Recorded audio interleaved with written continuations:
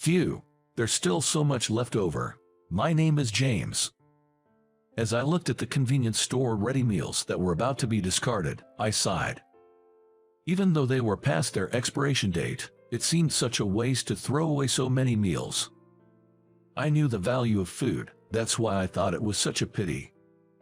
By the way, I wonder how that girl is doing. While staring at the ready meals destined for the trash, I was reminded of something. My family runs a convenience store. But when I was little, I often felt bad about it. In elementary school, there were days when we didn't have school lunch and had to bring our own packed lunch. Mine was always from the convenience store. James, doesn't your family make you a packed lunch? My mom says it's a waste to throw away the unsold ready meals, so this is fine. Unsold? You mean like the ready meals that are going to be trash? That's kinda harsh of your mom, isn't it? It might be hard to imagine now, but back then, on days when we needed a packed lunch, my parents would have me take one that was meant to be discarded. Other kids might buy their lunch at a convenience store if their parents were busy, but no one else's parents sent them with a ready meal that was going to be thrown out. That's why I felt ashamed of eating those ready meals and sometimes secretly threw them away. What are you doing?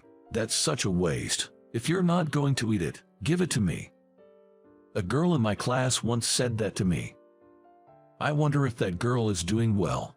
As I took the unsold ready meals to the trash area behind the store, I muttered to myself, "Are you going to throw away that ready meal? What a waste."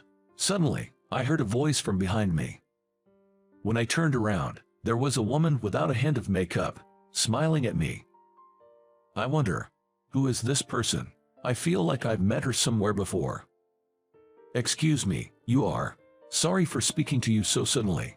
I was just feeling nostalgic when I saw this convenience store still here. I used to be taken care of by the son of this place when I was little. Could it be Kayla? Her name was Kayla. She was known in school for never bringing her own packed lunch. Her lunch was either made by a teacher or she would get some side dishes from someone else in the class. Could it be James? When I called her by her name, she suddenly brightened up. That's right, James. Now I'm running this convenience store as the owner. Really? How are your mom and dad? They're doing well. Now they're taking it easy and leaving the store to me. It's nice to hear that. Everyone seems to be doing well. I'm so happy to have seen you after such a long time. I'll come by again if I have the chance. With that, she was about to leave. Hold on a sec. You came here for me, didn't you? I found myself calling out to her reflexively. Hey, you are eating 3 meals a day now, right? Yeah. Her voice was weak as she looked down, perhaps indicating something was amiss. I wonder if something happened. I thought it might be better to steer the conversation elsewhere for the moment, so I changed the subject. So, what are you up to these days? Oh, now, I'm a CEO. Pretty cool, huh? It's tough because I'm barely paying myself a salary due to the red ink. But hey, wait, Kayla, you're a CEO. Yep, that's right. Started last year, I set up my own web design firm. Now I'm employing some friends who are web designers, and we're really trying to make it work. Wow, that's impressive, being a CEO and all. It's no joke. She said, pulling a business card from her bag and showing it to me. There it was, her name with the title CEO beside the company name. You've come a long way despite the hard times at home. I couldn't help but admire how far she'd come. Yeah, after my dad got sick and couldn't work much, and we couldn't even afford lunches, life was tough.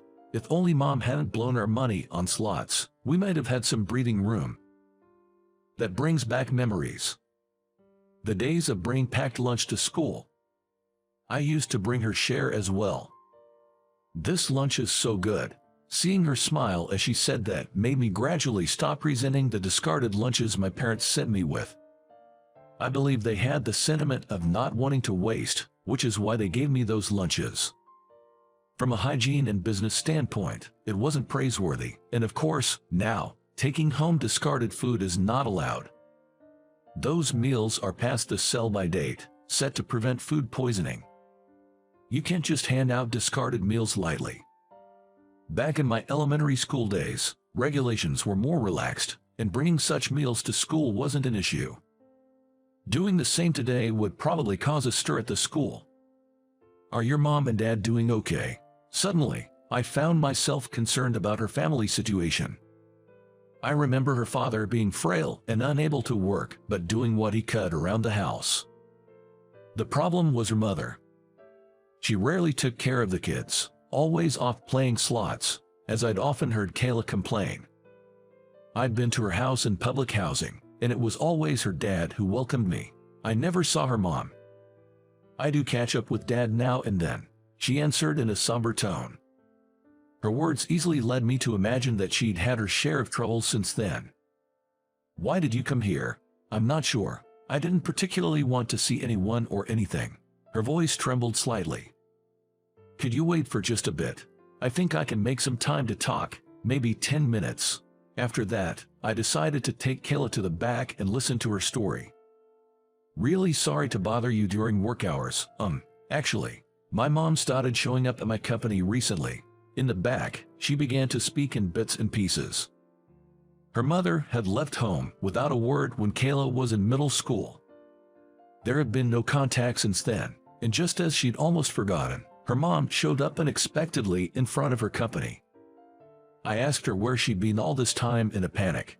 Then she tells me to sign for a loan for her and to support her. That's rough. Of course, I refused, but since then she's been showing up every day. I just don't know what to do. I found myself groaning at her words. This wasn't going to be an easy problem to fix. Did you talk to the police? They said since there's no criminal activity, they can't really do anything. I see. I fell silent at her response.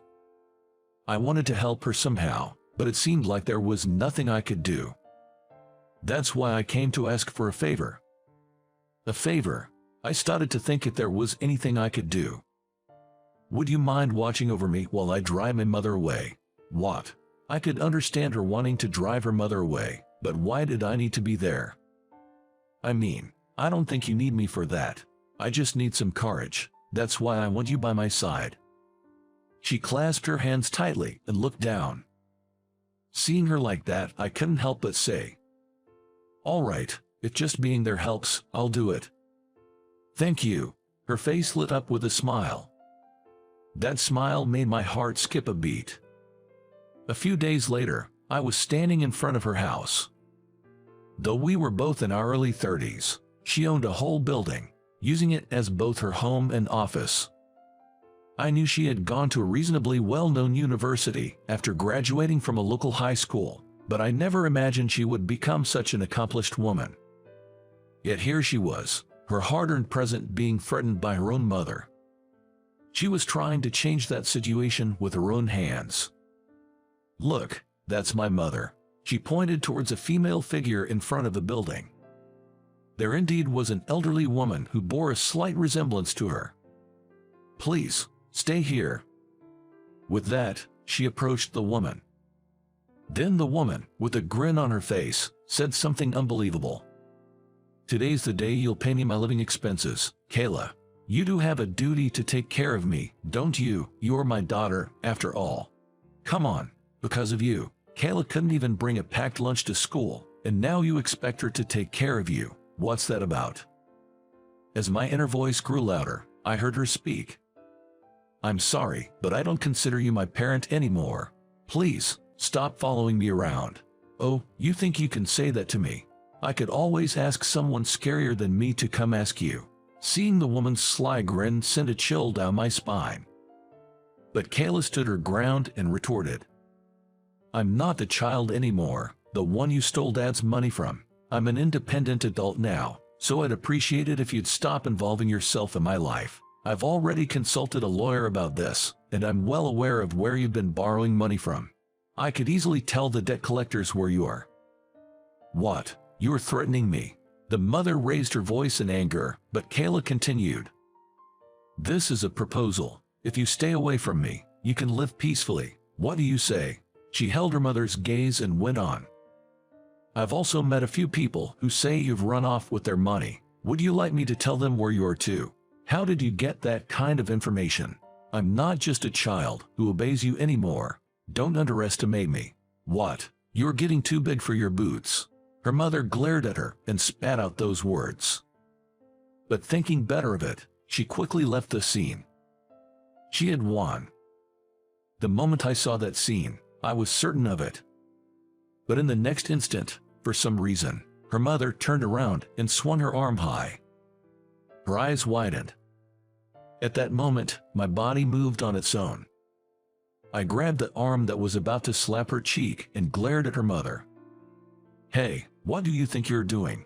Just a friend of hers. Go ahead, hate her if you want, but I'll be calling the cops then. Okay. Och, do whatever you want. Her mother shook off my hand and fled the scene as if running away. Kayla, are you all right? I rushed over to Kayla, who was behind me. She stood there dumbfounded. Yeah, I'm fine. And she gave me a deflated reply. Afterward, she took me to a nearby restaurant. She wanted to treat me to a meal as a thank you. I never thought I'd be protected by you. Sorry, I just acted without thinking. No, I'm just thinking. This is the second time you've protected me. Was there another time before? Yeah, I was so embarrassed that I couldn't bring a packed lunch to school. But then you started bringing an extra lunch for me, and I was truly grateful. I didn't have to rely on teachers or anyone else anymore. Really, I was so thankful to you back then, James. Nah, I just did what I could. Yeah, you always said that whenever I thanked you. Remembering those words, that's why I was able to stand up to my mom today. Kayla, I never imagined that the lunches I shared with her back then gave her such courage. Hey, do you think we could meet up once in a while? I feel like I could become stronger if I'm around you. Of course, I'm there for you anytime. I smiled in response to her words. And there's one more thing I want to ask you. What is it? At my workplace, we've been passing on food that people have at home, stuff that's close to expiration, to a kid's kitchen run by an acquaintance. If you could. Yeah, of course, I'll help. I've got things like instant noodles and ready-to-eat meals stocked up. I'll ask my folks about it when I get home. Maybe even talk to the deli about it. Really, that make me so happy. Throwing away leftovers is a waste, not just in terms of effort, but money for the store too. Personally, I hate waste, because, you know, it's just too wasteful, right? We inadvertently looked at each other and laughed. That evening, when I got home and told my parents about Kayla, my mom said, "That girl has really grown up, becoming quite the businesswoman now." It does feel pretty good. They both remember the lunch issue from when I was in elementary school. Our family store being independently owned and all, it's always been hard to just throw away food. We were never giving out food that was days old or anything. My parents seemed pleased as they talked. I think Kayla understands better than anyone the pain of not being able to eat. That's probably why she started doing what she does. I want to help too. I was thinking of using our store as a collection point to gather food from neighbors that they can't finish and donate it.